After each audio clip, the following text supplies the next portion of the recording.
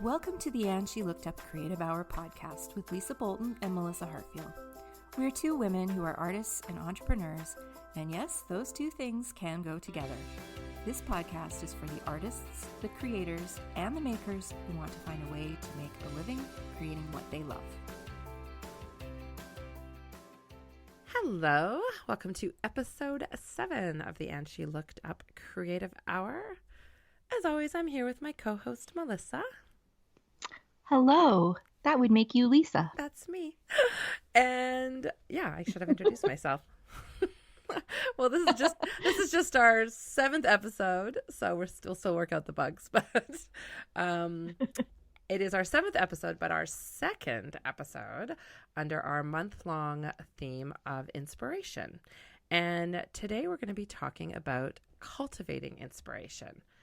So when we use the word cultivating in this sense, what we're really talking about, I believe, is trying to develop or acquire inspiration. So in episode 6, we talked a lot about sources of inspiration. But today we wanted to talk more about how to use those sources of inspiration to really develop your own craft and essentially ground it deeply in whatever creative practice you have. So in the literal sense of the word, I mean, cultivate can also mean to prepare land for gardening.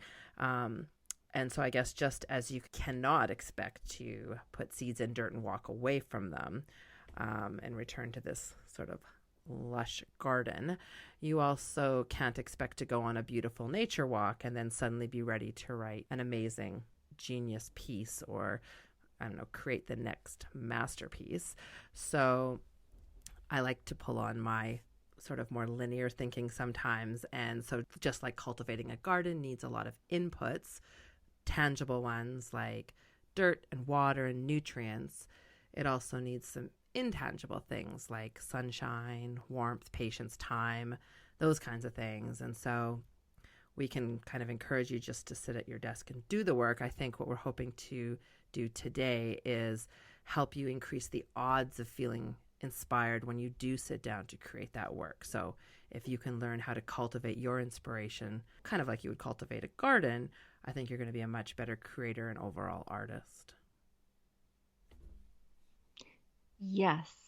So I actually planted seeds yesterday for my indoor seedlings. And I have to tell you, I was very disappointed this morning when I came downstairs and there was nothing growing because I'm very impatient.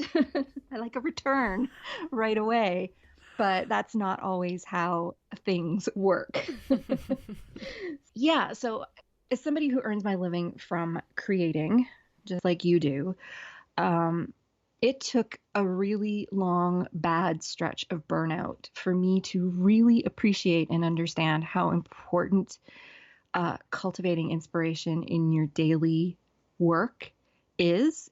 It's literally a matter of almost survival, especially if your income depends on you creating every day. For you to hit a wall or find yourself burnt out, that can have a dramatic impact on your ability to earn an income.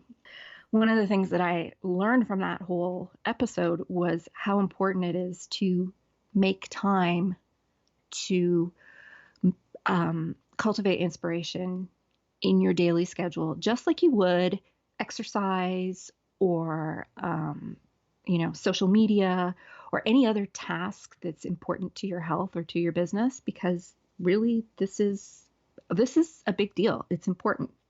There was a lot of notes I made around this subject, and as soon as you said sort of that developing that habit like exercise, I think that's one of the key things that I sort of in my notes I kept coming back to was being very intentional and disciplined with your creative time and how that can really contribute to being able to consistently dig inside for that inspiration. And I think another thing to realize, and this can be really hard, especially if you're very new to this kind of career, is appreciating the fact that creativity does come in waves. And we talked a little bit in the previous episode. Both of us are big fans of David Duchemin. And he wrote a post on his blog back in 2014 that I have read many, many times over. It's called Know Your Rhythm. He's much more eloquent about this than I ever will be. But the idea behind it was that as artists, we often feel like everything comes in extreme highs or extreme lows. Like we ride this wave of creativity and inspiration and productivity, and then it crashes and we hit this low where we're like burnt out, drained. There's nothing in the well, and we have a tendency to panic because everything's dry up. His whole point is that if you pull back from the ocean and look at it, it looks calm because you're not right in the wave action. You're looking at it from 30,000 feet or whatever. It just looks like this beautiful, calm ocean. That's what your creative world looks like if you pull yourself back. Like if you really pull yourself back and think about it. I'm pulling myself back from my mic while I'm talking. If you really pull yourself back, you realize that every time you hit one of those lows, another wave comes up behind it. When I spend a lot of time in Tofino, which is on the west coast of Canada, and it's known for its surfing. It's got world-class surfing, and I tend to go during storm season every year. And the surfers are out there in their wetsuits, looking like little black birds bobbing around on the surf. I remember watching them, even though the weather was miserable. They were out there. They would ride their wave, and then they'd get back on their surfboard, and they'd sit out looking for the next wave because they knew it was coming. And they weren't stressing out over it. They were just sitting there chit-chatting amongst one another, keeping an eye open, just being chill the way surfers are, and not letting it faze them because they knew the next one was coming. That's how it works. That's how wave action works. There's always another wave behind. David says is that what we have to learn to do is when you're riding that wave, when you're on the crest and everything's going amazing and you've got all this creative energy and you're putting out great work, when you hit that low, which you inevitably will because it's a wave, that's the time to fill your creative well. That's the time to go and cultivate inspiration because you need to put back what you've just taken out. All that energy you used to ride that wave, now you need to replenish it. And if you can think about it like that, it becomes very almost reassuring. And after doing this for more than 20 years, I have come to trust that the next wave is always going to come. But my job is to make sure that I make way for that I clear the deck, that I allow myself to find sources of inspiration, to be very, intentional about it, and to make sure that I do make room for that in my daily life. I just think we'll leave a link to the post in the show notes because it's just a really great article. And like I said, he's much more eloquent than I am. But having somebody say that to me really kind of reinforced it in my head how important it is to embrace that time where things are going a little slower and allow myself to be immersed in bringing creative inspiration back into my life instead of panicking, which is what I think a lot of us tend to do. We just go, oh my God, I don't have any more ideas. I don't know what to do. And we get stressed out and we just let that kind of consume us. So what do you, when you're in your low, for people out there that maybe are experiencing a bit of a creative rut or a bit of a block right now, what does sitting in that look like in your practice? Like, are you talking, is this hours, days, weeks? Is this, you're in it? Are you trying to get out of it? Or are you just kind of riding it out in terms of you're using your wave analogy? But for you, what does it look like in the moments between waves? So when I was younger, it was panic. It's just like, okay, so don't do that. I'm never going to have another good idea ever again. Or, and that's when all those feelings of self-doubt and all that kind of stuff creep in. But now that I've gotten older and I really do trust the process, I just go with it. It's like, okay, you know what? I don't have an idea today. So, you know what? I'm going to go pick up my sketchbook, or I'm going to go for a walk, or I'm going to flip through a magazine, or, like I have a whole series of things that I do. And we talked about some of them in the last episode, but I just I almost treat it like not a vacation, but almost as a bit of a luxury, because when I'm riding that wave, I'm usually really busy. I'm usually in the middle of a bunch of projects and I'm working really hard and I'm, doing all the stuff I need to complete. And then when I am on the low end, it's like, okay, this is, you know what? This is like, hey, I can chill out now. I can read a book. I can flip through a magazine. I can watch a YouTube video. I can go to a museum because I've got some time before the next wave comes. Sometimes if I really find something that does kind of hit an inspirational note in me, that next wave can come really quickly. Yeah, well, I think that's a good time to turn back toward those sources of inspiration. So I know that feeling when I'm truly inspired.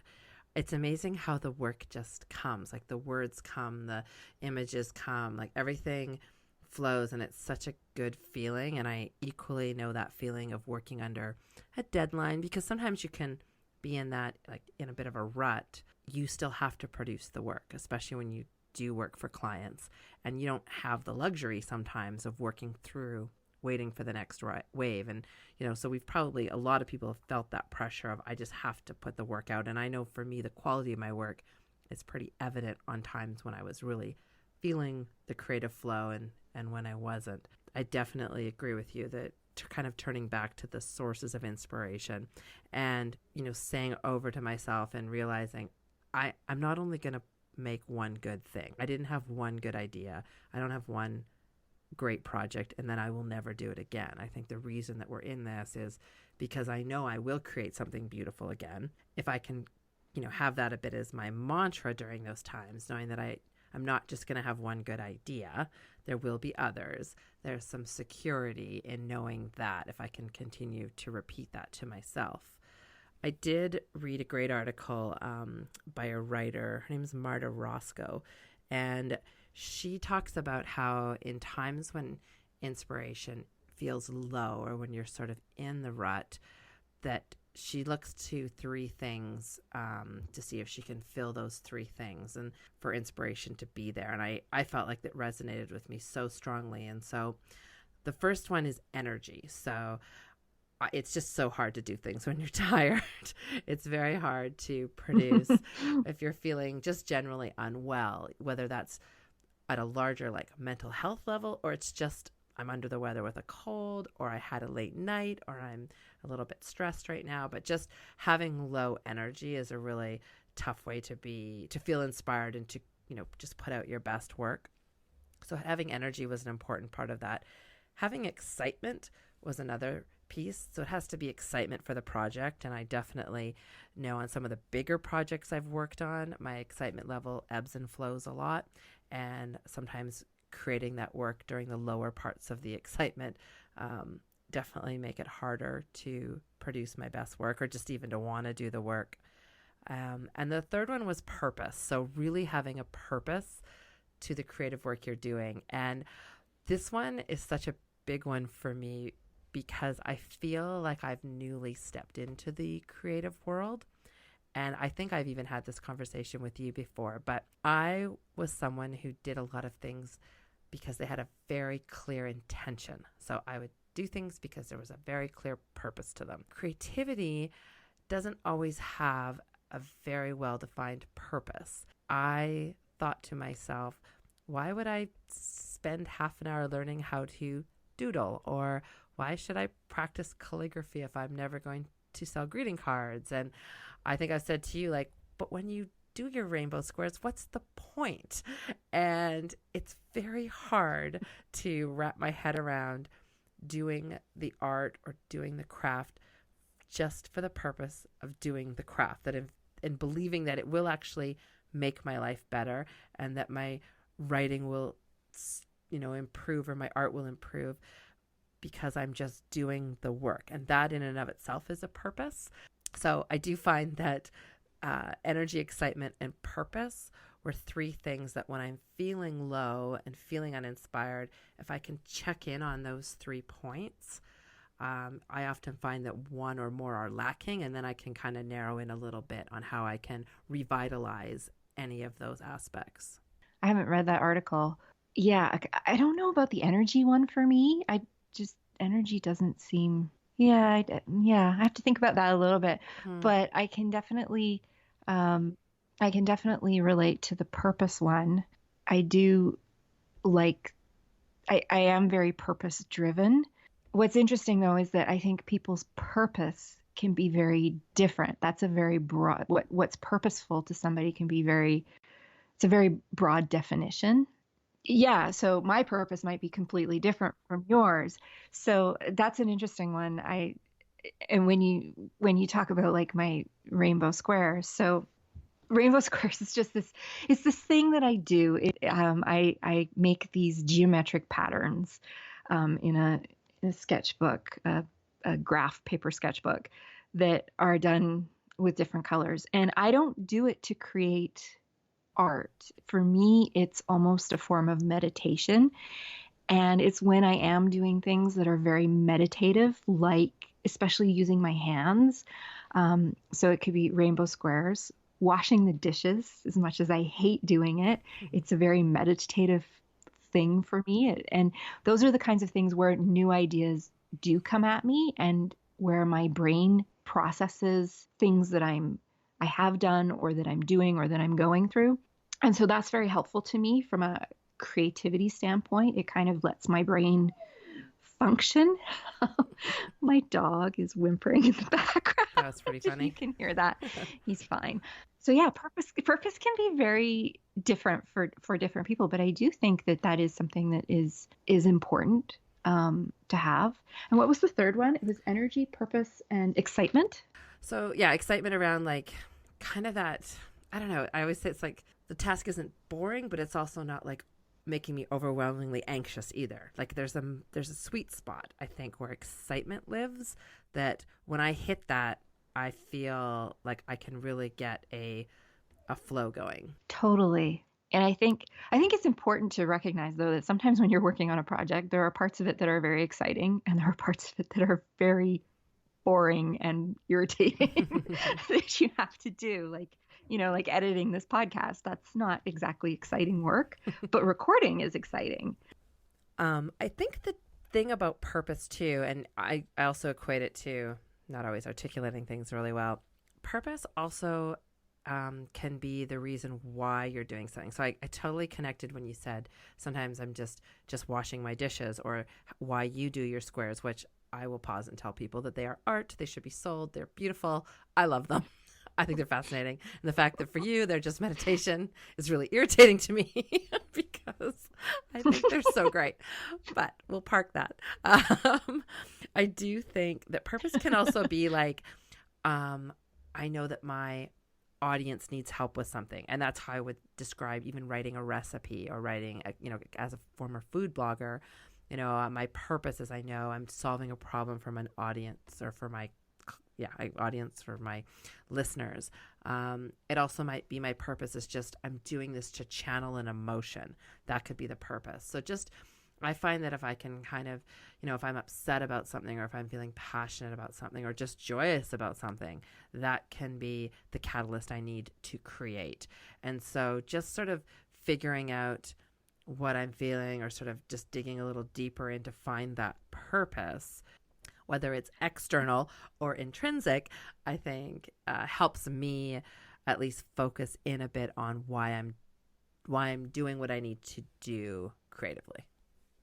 Yes, so it might be something as simple as I'm drawing Miss Doodle because I know she makes people really happy. Hmm. She makes me really happy. Or, I'm putting together a tutorial because I know people are going to find this really useful, uh, and that makes me happy that I can help people. So, yeah, I think purpose is important for sure, definitely.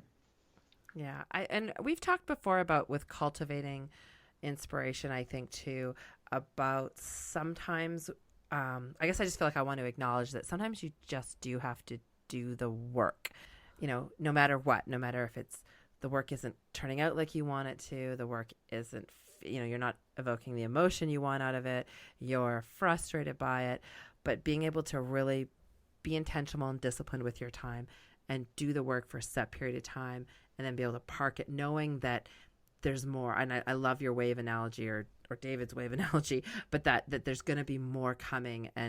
But you have to ride out to get to that next one. You have to experience and ride out that wave that's coming, even though it may not be the best wave and it might be a bit of a bust. You can't just skip over it. I think creating, and I know that's where there's a lot of things around creating a daily practice where a lot of that comes out of, is because you're just continuing to do the work over and over again.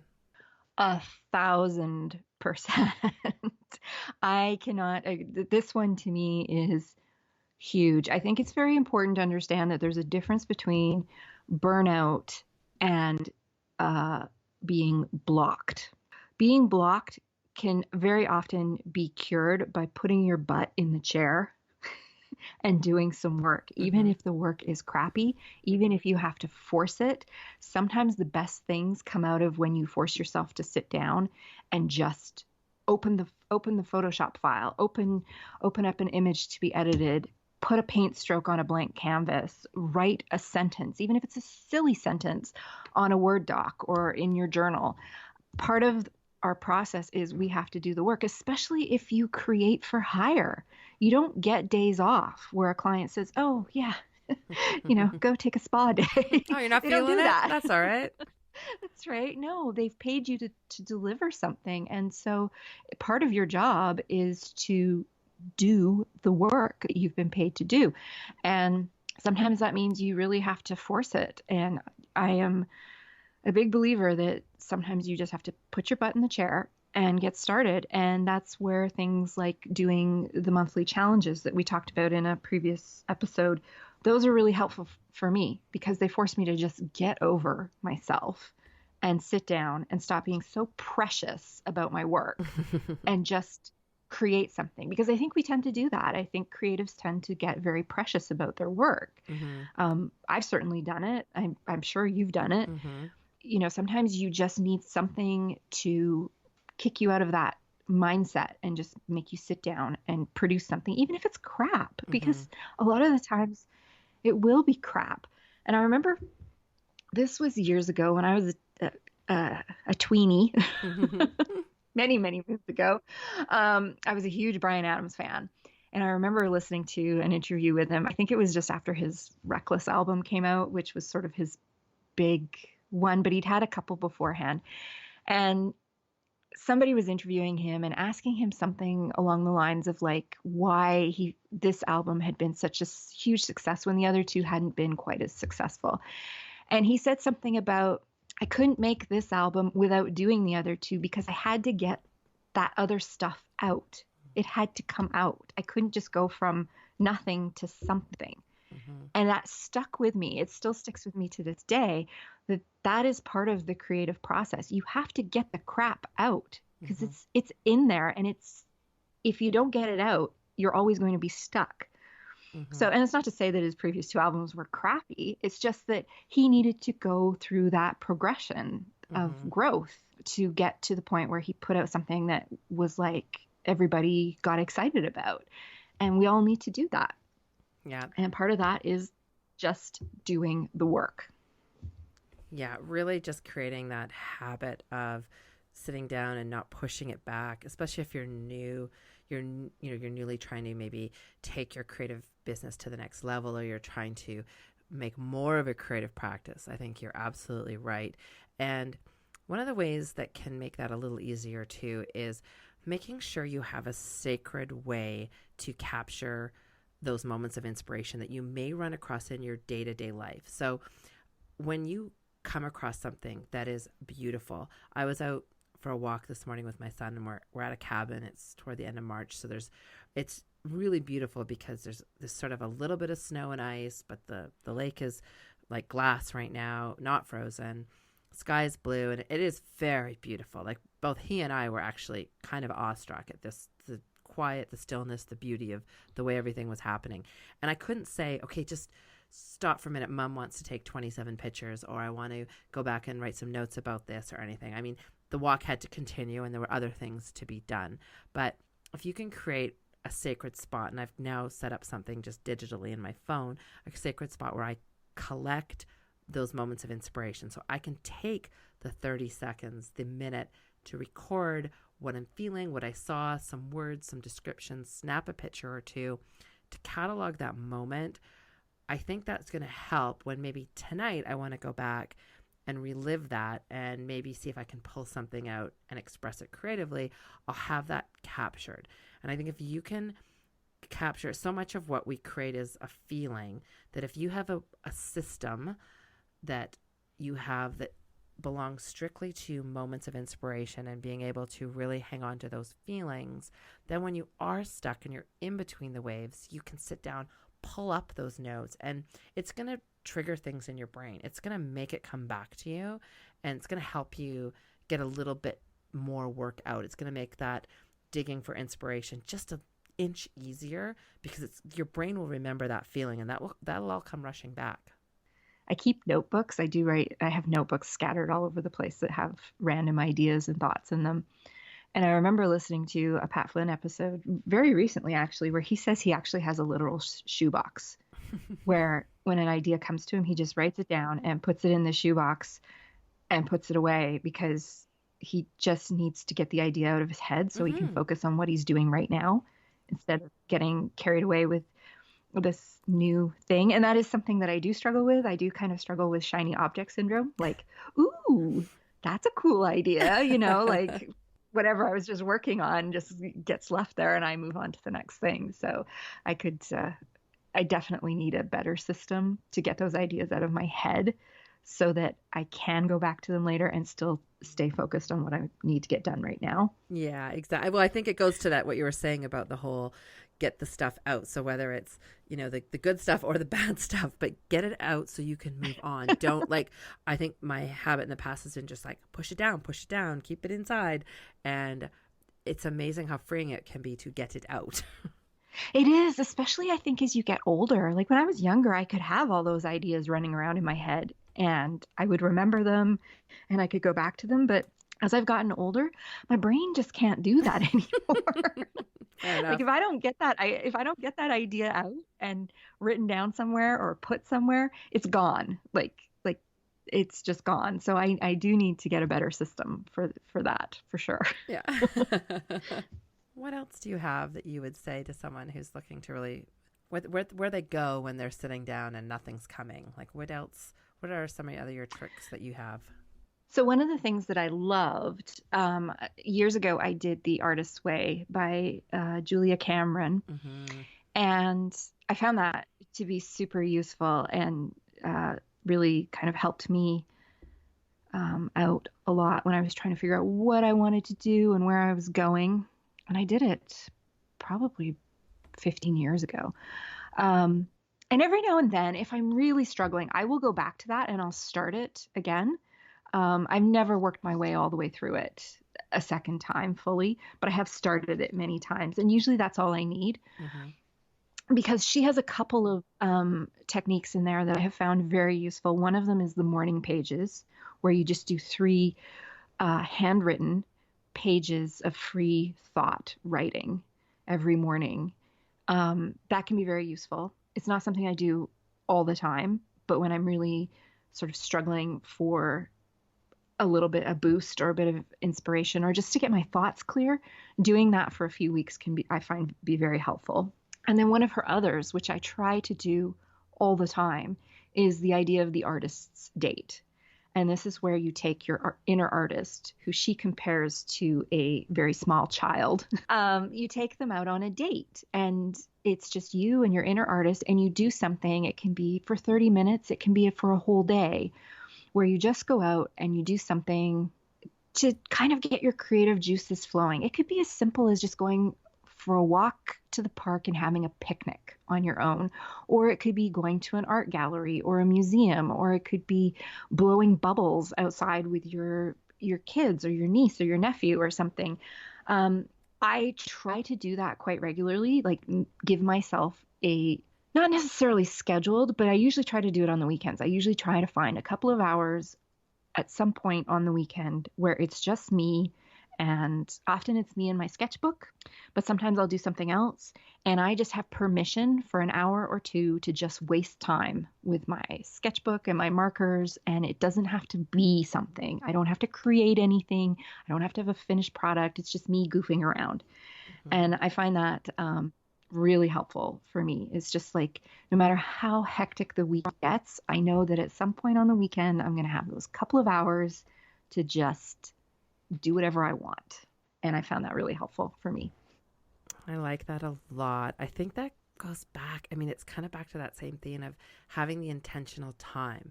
Because at first blush, I think I can't just carve out 2 hours to go horse around.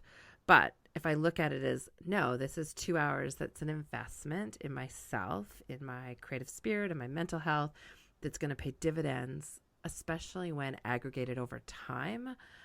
I think it becomes not, 2 hours goofing around. It's all in how it's branded, but it becomes really 2 hours of investment in yourself. And I think being disciplined enough to create that time and set it aside, I think that's the time that just gets pushed away. It just gets moved down the to-do list.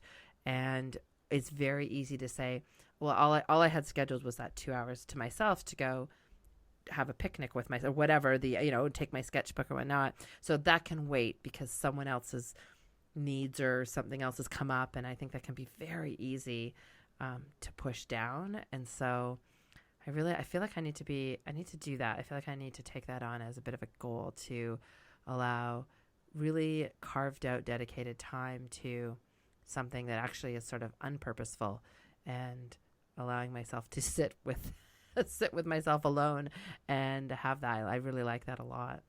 Yeah, to me, it's no different than going to the gym or, yeah, it's part of my routine. I don't have time to do it every day as much as I would love to, but it's definitely something that I try to do very regularly on the weekends, and I almost always succeed. Yeah, I'm a big believer in that. I think especially as women, we kind of tend to put everybody ahead of ourselves. I think that's just something we do, and I don't know the mechanisms behind that, but and I think it really is important to, you have to look after your toolbox, right? And when you create for a living, the only asset you have is your body, your physical body, and your mental body. And those two have to be performing at all times. Like an athlete, nobody would question a professional athlete for taking time to go to a massage therapist or to sit down and talk to a dietitian or to spend an extra hour doing doing visualization exercises. Nobody would think twice about that. But for some reason, for us, we put it off, not realizing that by doing that, we're actually harming the one thing that we need to be working in top shape all the time, which is us. Yeah, that's true. And it's very easy to push that stuff back. And I find too, even having a young child, like the unpredictability of things that can pop up. And then all of a sudden, in my mind, and it's truly my own issue and my own perception, is that becomes urgent and important, and everything else gets pushed back. When I think if I took a minute to evaluate the ask of the child or the situation that unpredictably has come up, I can figure out if, well, maybe that in fact is not urgent or important. And does it really need to be done at this moment? And is it worth risking the fact that if I don't set that time aside and sort of put my oxygen mask on first, what are the long-term effects of that? And so I think that's really interesting. I like the Artist's Way has been one I just want to touch on.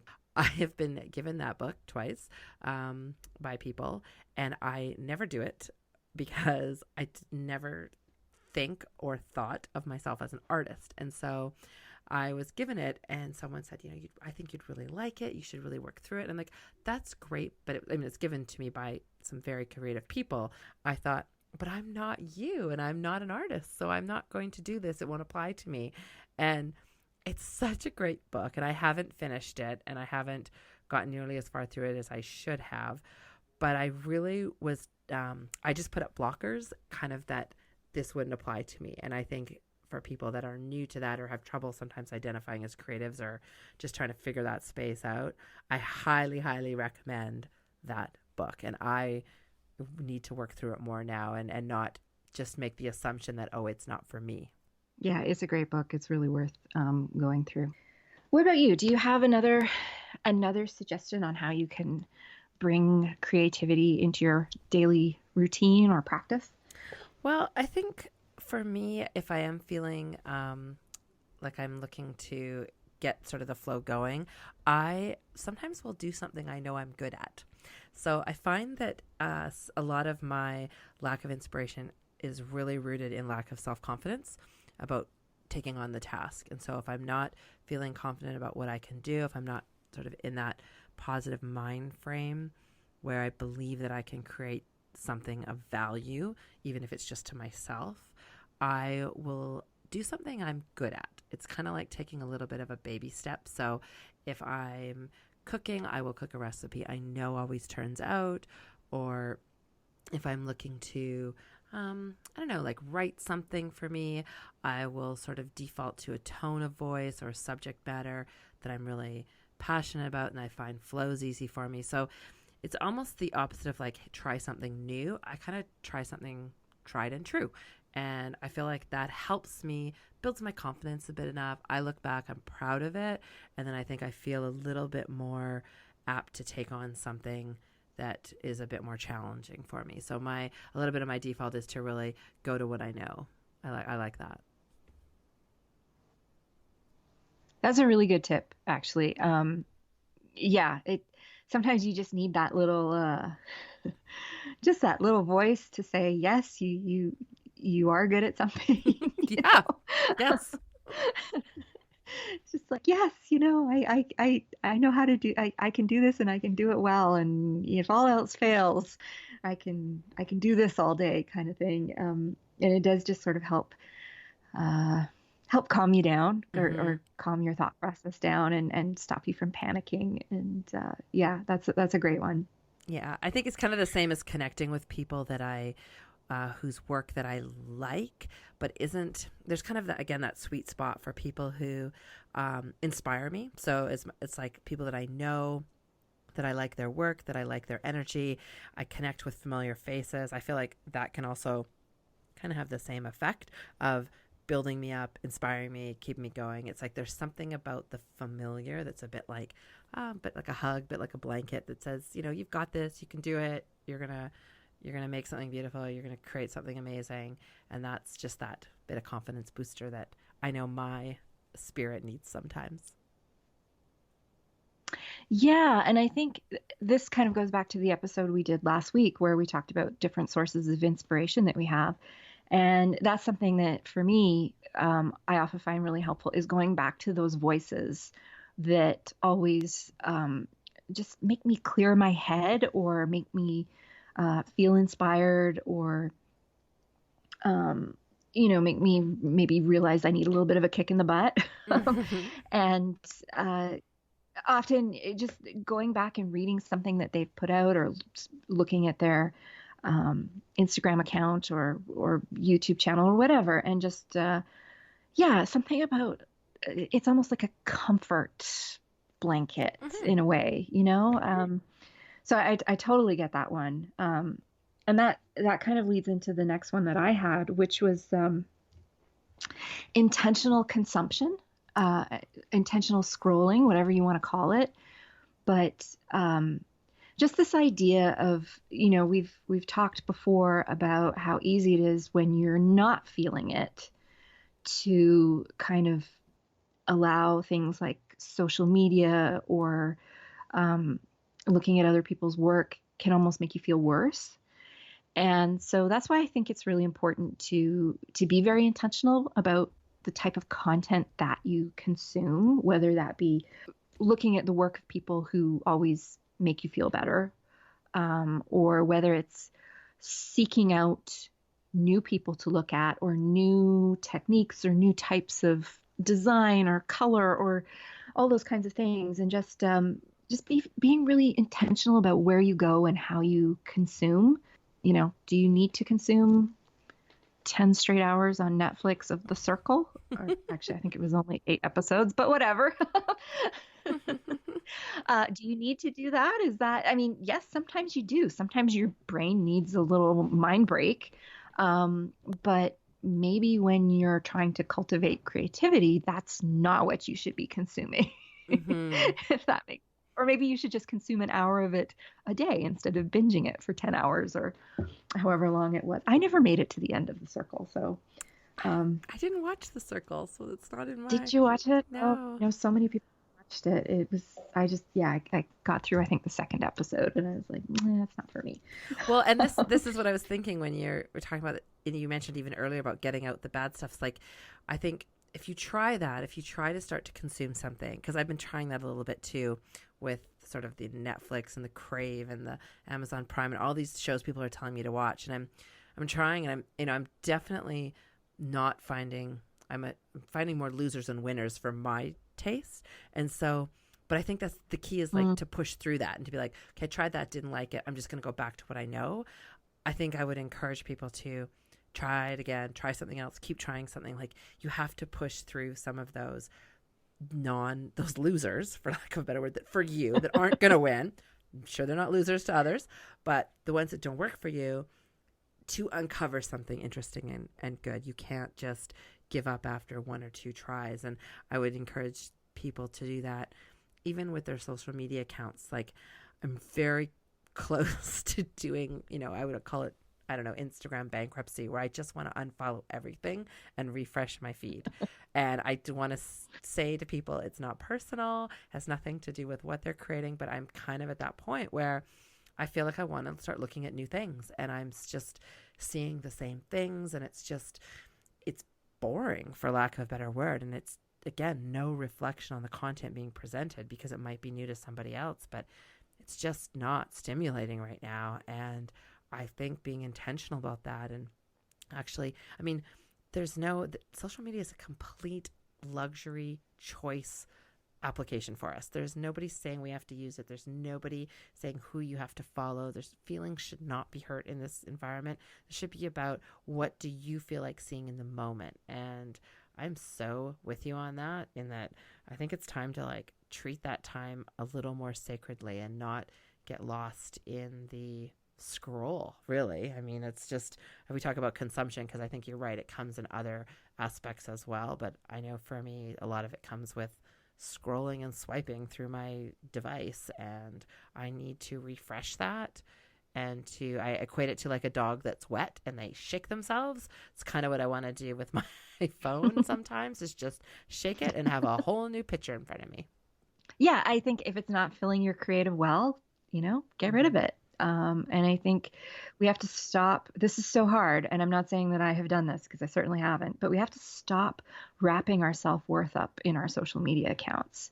That does nothing to inspire creativity. In fact, in some ways, I think it actually inspires mediocrity and the sameness. It's like, do you remember there was an Instagram account that popped up a while back that made sort of fun of all the same Instagram shots being taken? There was a couple of them. There was one where it was a Barbie doll, I believe, and she was always being dressed up. Yes. I do know what you're talking about. Do you remember? Yep. But there was another one that would create all these collages of the same Instagram shot. Like the girl, you only see her from behind in a canoe on a lake wearing a hat, the same hat. And so they found 9 photos that all looked the same and made a collage out of them. And they did it with all these, somebody standing in a field of sunflowers. And that's what happens when you spend too much time scrolling unintentionally through social media, through Pinterest, through even Etsy or other places like that, is you're seeing the same thing over and over again. And of course, that's what seeps into your subconscious, right? Like, now all of a sudden you're out there looking for a field of sunflowers, and you don't even necessarily realize you're looking for a field of sunflowers. And it's just it's not inspiring creativity. It's inspiring sameness, which I can't stand. I'm always the one who looks for the quirky person. I like the people who are doing weird, quirky things. Yeah, so I think you do have to be really intentional. And I not just on social media, but yes, on what you're consuming when you're binge watching Netflix or even when you're reading. Growing up, I had this thing where every book I started, I had to finish it, even if it was just not push, like I just had to push through it and finish it so I could say I finished the book. And I still have a very underlying urge to do that every time I read a book, but I have gotten much better as I've gotten older. I've been like, what, this just isn't doing it for me. And there's thousands of other books out there that I would love to read. So why am I wasting my time on something that's just not doing it for me? Like I need to put it down and I need to go pick up one of the other things and see if that does it for me. So it's like that. It's like Sheldon on The Big Bang Theory, where he has to always knock 3 times, and if you interrupt him before he finishes the last knock, he just can't handle it. I'm like that with books. It's like, ah. Yeah, so I am I would have to finish it. I would say I haven't even intentionally thought about breaking that habit because I could be reading the worst book, watching the worst movie, and there's no way I'm giving it up until I find out how it ends. Like there's no way. That's so funny. I never thought of that as actually, yeah, it is quite a time waster and really serves no purpose, but I feel like that's going to be a hard one for me to break. That was kind of most on my list. Did you have some other ones that you wanted to speak to? Yeah, so I think to kind of just recap what we were talking about, I think the first thing is to just to understand that creativity is a process and it does have its own rhythm and its own ebb and flow, and everybody's rhythm is going to be a little bit different, and you just have to find yours. And this is something that comes with experience and with time. But the one thing that you have to recognize is that there's always another wave. You you're never going to run out of good ideas because there's always another one coming up behind it. And once you get comfortable with that and start to trust that process, it becomes a lot easier to be more relaxed about it and to implement some of the other things that we've mentioned, during those low times to fill your creative well back up. And so some of the ones we talked about were sitting down and doing the work, intentional consumption of books, music, social media, anything where you normally get creative inspiration from. What were some of the other ones we talked about? I think about checking in as to why you might not be feeling the creative spirit. So checking things around your energy level, your excitement around a project, the purpose as to why you're doing things. If you can kind of narrow in on some of those, I think that's a good way to help focus yourself. I think capturing the times that you do feel inspired. So kind of drawing on those sources of inspiration we spoke about last week and making sure that you're capturing those in the moment so that you can go back when you're feeling like you need something to stimulate yourself. You can kind of pull those up and sort of tap into that emotion that you were feeling in your brain and help bring that forward, and hopefully that will help get you going again. You're just really looking for that spark in those moments, and sometimes that can bring you back to that. Yeah, and I think the last one is recognizing that you do need to make time in your daily schedule or your weekly schedule for creative inspiration or refilling that well. And it has to be treated just as seriously as like we said, like a gym appointment or a doctor's appointment or, anything that you do on a regular basis that you deem to be essential to your business, because it is essential to your business, it's essential to your mental health. You can't create if your well isn't full. You can't. And we need to refill it every time you take a good idea out. You got to put a good idea back in. Yeah, and just do the work. I think that seemed to be a theme of much what we're talking about as well, is that you're not going to create something perfect every time, that you have to get that stuff out, the good stuff, the mediocre stuff, the stuff that doesn't inspire you, because the good stuff is down deep, and creating that habit in that disciplined time that you just mentioned, I think is going to be the secret. So we talked about some good resources here today, and we will make sure that we put those all in the show notes for you so that you can check them out. We'll do David's post. We'll leave you some information on the Artist's Way and the article that Lisa mentioned on energy, excitement, and purpose. We'll put those all in the show notes so that you have access to them. And I think that's it for this week. Yes, I think so. Well, that was a good chat. And yeah, if you've been listening along for the last few weeks and you've been really enjoying the podcast, we would love it if you would leave us a review or a rating wherever you get your podcasts from. Yeah, I think we'll see you all next week. Thank you so much for joining us for the And She Looked Up Creative Hour. Be sure to check out the show notes for any links or resources we talked about in this episode. If you enjoyed the chat, please be sure to subscribe and you will automatically be notified when the new shows are released, and we'd love to hear from you. Drop us a review, tell us where you're listening from, or even just send a note to say hi. You can find us at andshelookedup.com or on Instagram under andshelookedup. Thanks so much for listening.